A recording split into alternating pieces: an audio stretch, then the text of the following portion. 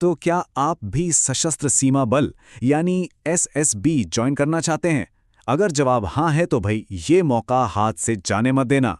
चलिए, आज हम 2026 की एसएसबी सब इंस्पेक्टर भर्ती के लिए अप्लाई करने का पूरा प्रोसेस एकदम स्टेप बाय स्टेप समझेंगे। तो आज हम 5 मेन पॉइंट्स पर बात करने वाले हैं। इसमें आपको एप्लीकेशन की पूरी जानकारी मिल जाएगी, मतलब वैकेंसी की डिटेल से लेकर आपका फाइनल सिलेक्शन कैसे होगा, सब कुछ। तो चलिए बिना देर किए शुरू करते हैं और सबसे पहले ये समझते हैं कि ये मौका आखिर है क्या और इसकी खास बातें कौन सी हैं। तो जो सबसे काम की जानकारी है वो देखिए आपकी स्क्रीन पर है। पोस्ट है सब इंस्पेक्टर की, टोटल 51 वैकेंसीज हैं। और हाँ, सबसे ज़रूरी बात, जो एप्लीकेशन विंडो है वो 21 मार्च से 20 अप्रैल 2026 तक ही खुली रहेगी। मैं तो कहूँगा इन डेट्स को अभी के अभी अपने कैलेंडर में मार्क कर लीजिए। हाँ, बिल्कुल सही सुना आपने, 51 पद। अब ये संख्या आपको शायद कम लगे, लेकिन सोचिए, अगर तैयारी और फोकस सही हो तो इनमें से एक पद आपका पक्का हो सकता है। ठीक है, तो फॉर्म भरने की जल्दी करने से पहले एक बहुत ही ज़रूरी काम कर लेते हैं, ये चेक करना कि हम एलिजिबल हैं भी या नहीं। आइए देखते हैं कि कौन-कौन इस पोस्ट के लिए अप्लाई कर सकता है। अच्छा, अब इसे थोड़ा ध्यान से समझते हैं। देखिए, सबसे पहला और सबसे ज़रूरी क्राइटेरिया, आप भारत के नागरिक होने चाहिए। ये तो मस्ट है। दूसरा, आपकी उम्र 18 से 30 साल के बीच हो।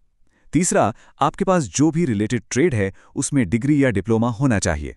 और हाँ, आखिर में ये पक्का कर लें कि सारे ज़रूरी डॉक्यूमेंट्स आपके पास तैयार हैं। याद रखिएगा, एक भी क्राइटेरिया अगर मिस हुआ तो एप्लीकेशन सीधे सीधे रिजेक्ट हो सकती है। एलिजिबिलिटी चेक कर ली? बहुत बढ़िया। तो अब बात करते हैं उन चीज़ों की जो अप्लाई करने से पहले ही आपके पास रेडी होनी चाहिए। यकीन मानिए, ये छोटी सी तैयारी आपका काफ़ी समय बचाने वाली है।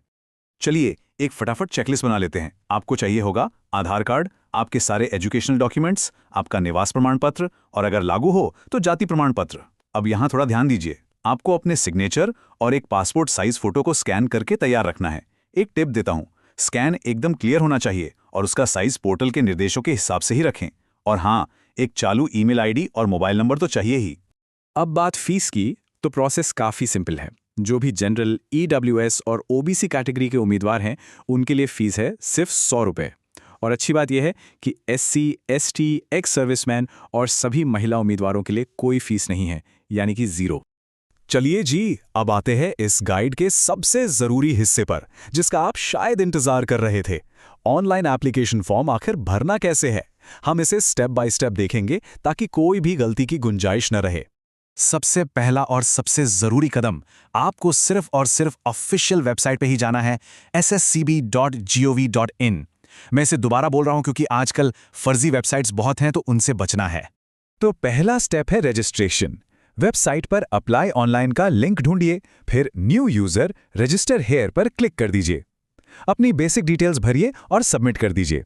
बस आपको फौरन आपका लॉगिन आईडी और पासवर्ड मिल जाएगा। इसे कहीं सेफ जगह पर लिख ज़रूर लीजिएगा।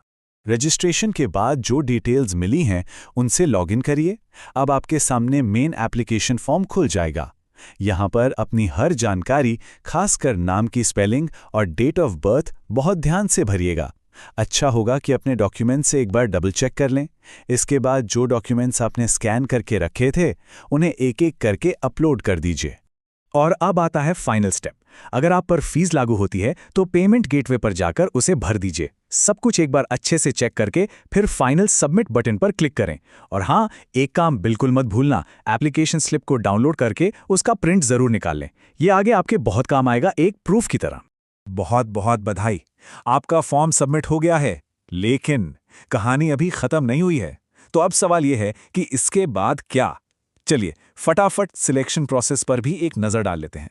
तो यह है आपका आगे का रोड मैप। सिलेक्शन प्रोसेस में 4 पड़ाव हैं। सबसे पहले होगा फिजिकल टेस्ट, फिर होगा रिटन एग्जाम, उसके बाद होगा डॉक्यूमेंट वेरिफिकेशन और आखिर में मेडिकल एग्जामिनेशन। मतलब आपको हर स्टेज के लिए खुद को तैयार रखना होगा। जाने से पहले एक लास्ट रिमाइंडर, इन तारीखों को अपने दिमाग में बैठा लीजिए। एप्लीकेशन पोर्टल 21 मार्च को खुलेगा और ठीक 20 अप्रैल 2026 को बंद हो जाएगा।